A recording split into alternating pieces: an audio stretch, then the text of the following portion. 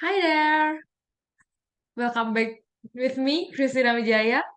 Dan pada kesempatan kali ini, kita akan membahas tentang sampling, request rate, dan konvolusi. Yuk kita mulai.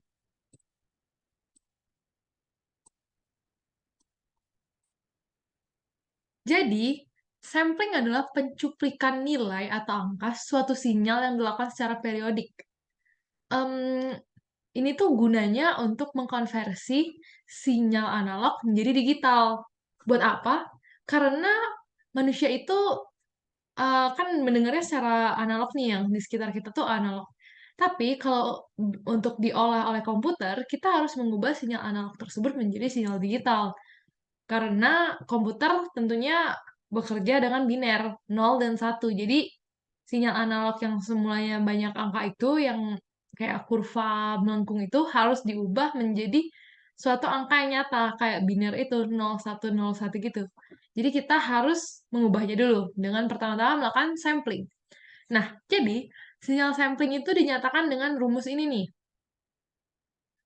X saat S, S saat N sama dengan X saat N dikali T. Dengan T adalah periode sampling dan N adalah pencacah cuplikan atau ya jumlahnya gitu, jumlah cuplikan. Terus ada frekuensi sampling juga, ini adalah F sama dengan 1/T atau 1/periode ya, seperti rumus frekuensi yang lainnya. Kalau dibalik, kalau T, jadinya kalau periode, jadi periode sama dengan 1/frekuensi. Begitu. Oke, lanjut. Nah, ini kira-kira nih, konsep sampling itu. Jadi, si sinyal yang melengkung ini, sinyal analog ini, yang warna ungu ini, itu namanya sinyal analog. Jadi yang sebenarnya sinyal di dunia ini kayak gitu.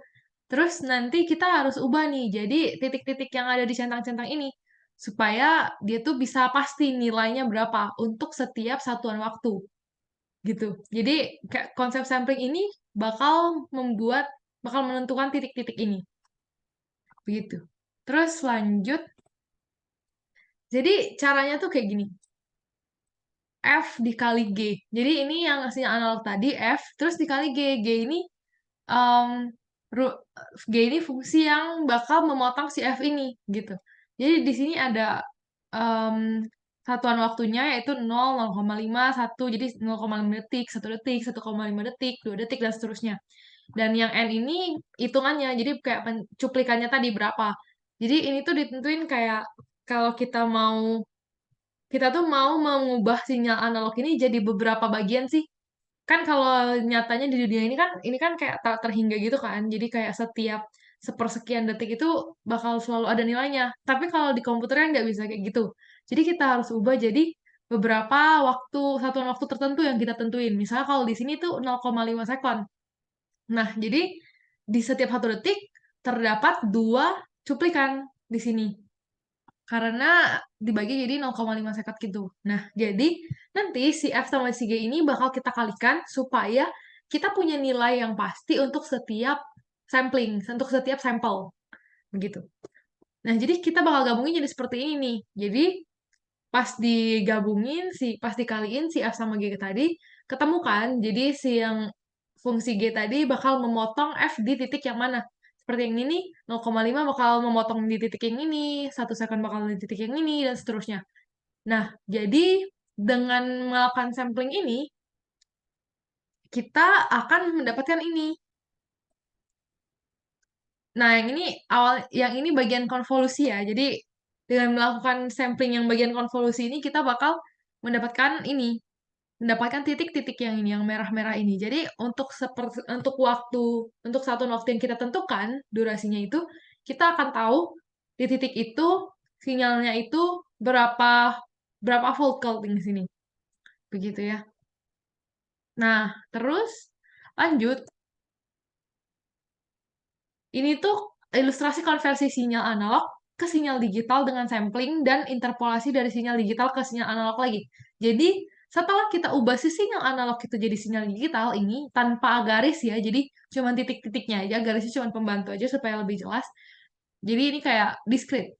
Eh, jadi sinyal yang awalnya kontinu gini, kontinu setiap yang aku bilang tadi, setiap waktu itu ada ada angka tertentunya setiap sepersekian detik. Tapi kalau di sinyal digital jadi hanya beberapa waktu tertentu dan itu jadinya angkanya diskrit, bukan kontinu terus gitu. Jadi kayak ada titik-titiknya gitu. Nah, terus kita bakal konversi lagi nih sinyal digital ke sinyal analog dengan namanya interpolasi. Kenapa kita harus ubah lagi sih? Udah susah-susah ubah ke digital, kita malah ubah lagi ke analog. Nah, itu tuh karena kita itu setelah sinyal digital itu diolah di HP kita, di laptop kita, tentunya kan sinyal digital itu mau diterima lagi oleh kita kan. Dan kita sebagai manusia, seperti yang aku bilang tadi, nggak bisa denger sinyal digital. Kita bisanya denger sinyal analog. Karena itulah kita gitu. Kalau sinyal digital yang masuk ke kita nanti dikira nge-lag gitu kan. Nah, jadi kita harus ubah sinyal digital itu ke analog lagi. Caranya pakai interpolasi supaya bisa diterima oleh kita gitu. Terus ini contoh yang dari segi elektronikanya ya. Jadi sirkuit samplingnya begini. Terus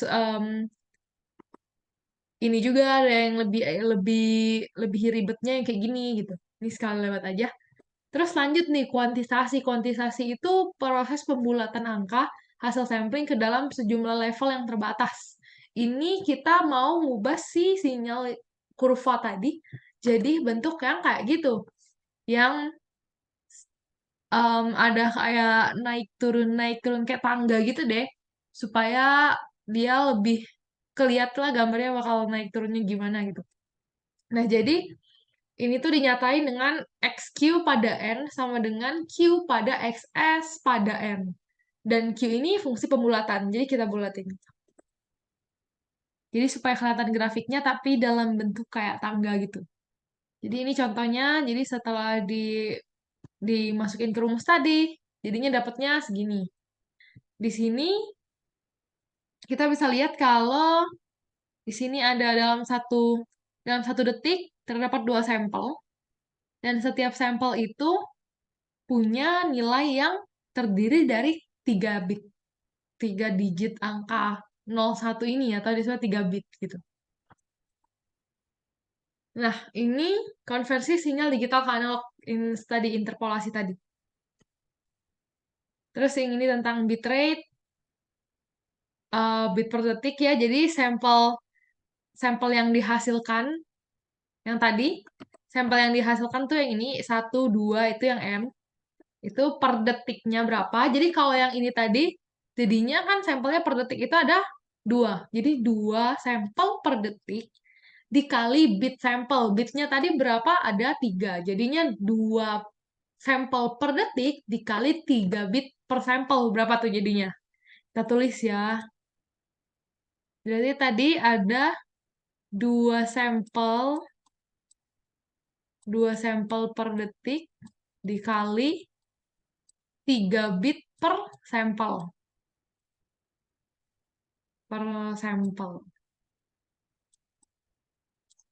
Ini sampel, ini satuannya sampel kali sampel coret ya. Jadi hasilnya kan jadi bit per detik, jadi bit rate tadi.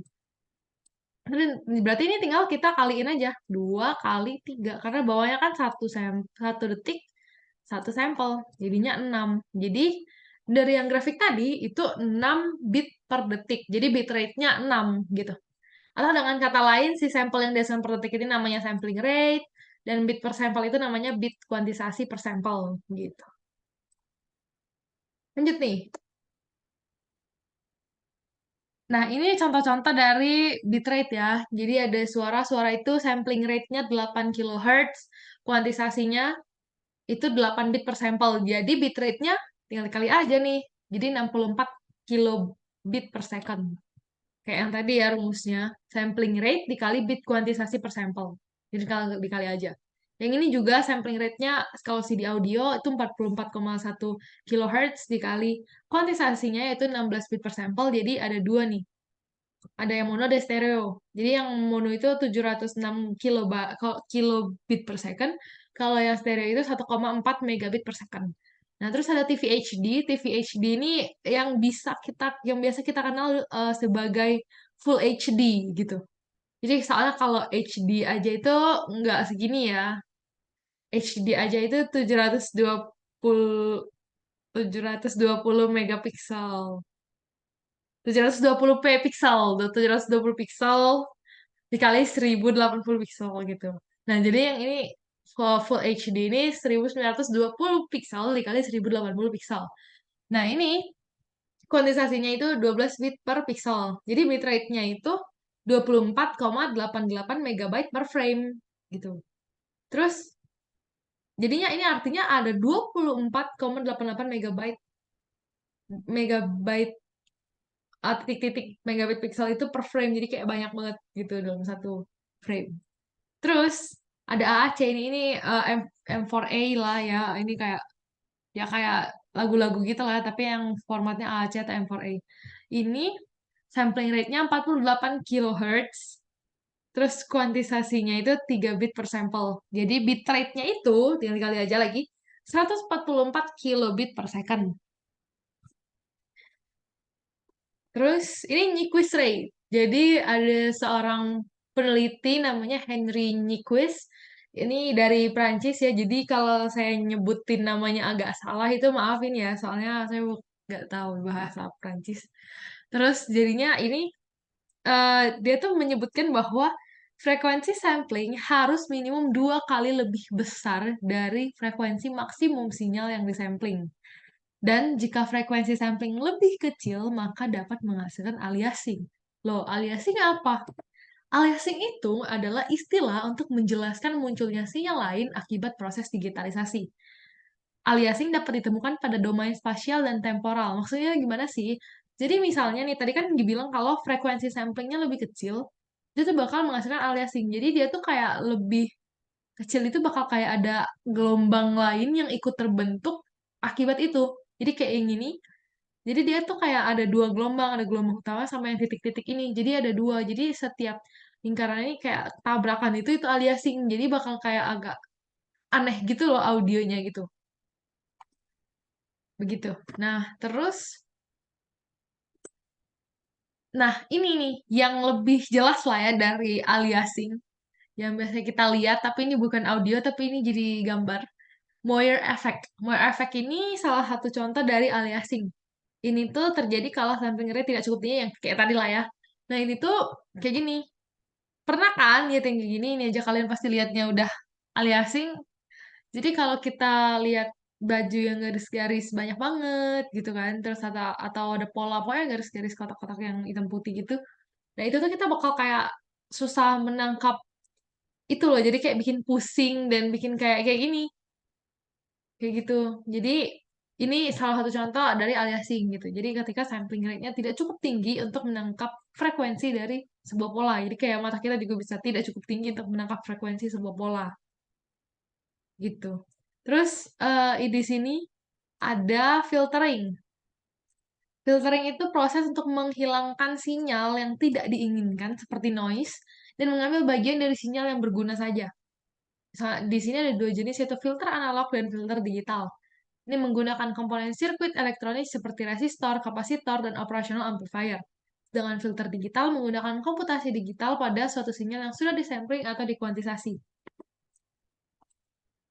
Gitu. Nah, kayaknya cukup di sini aja dulu ya pembahasan kita. Nanti kita bakal jelasin lebih lanjut tentang filtering di video selanjutnya. Sekian dari saya, terima kasih.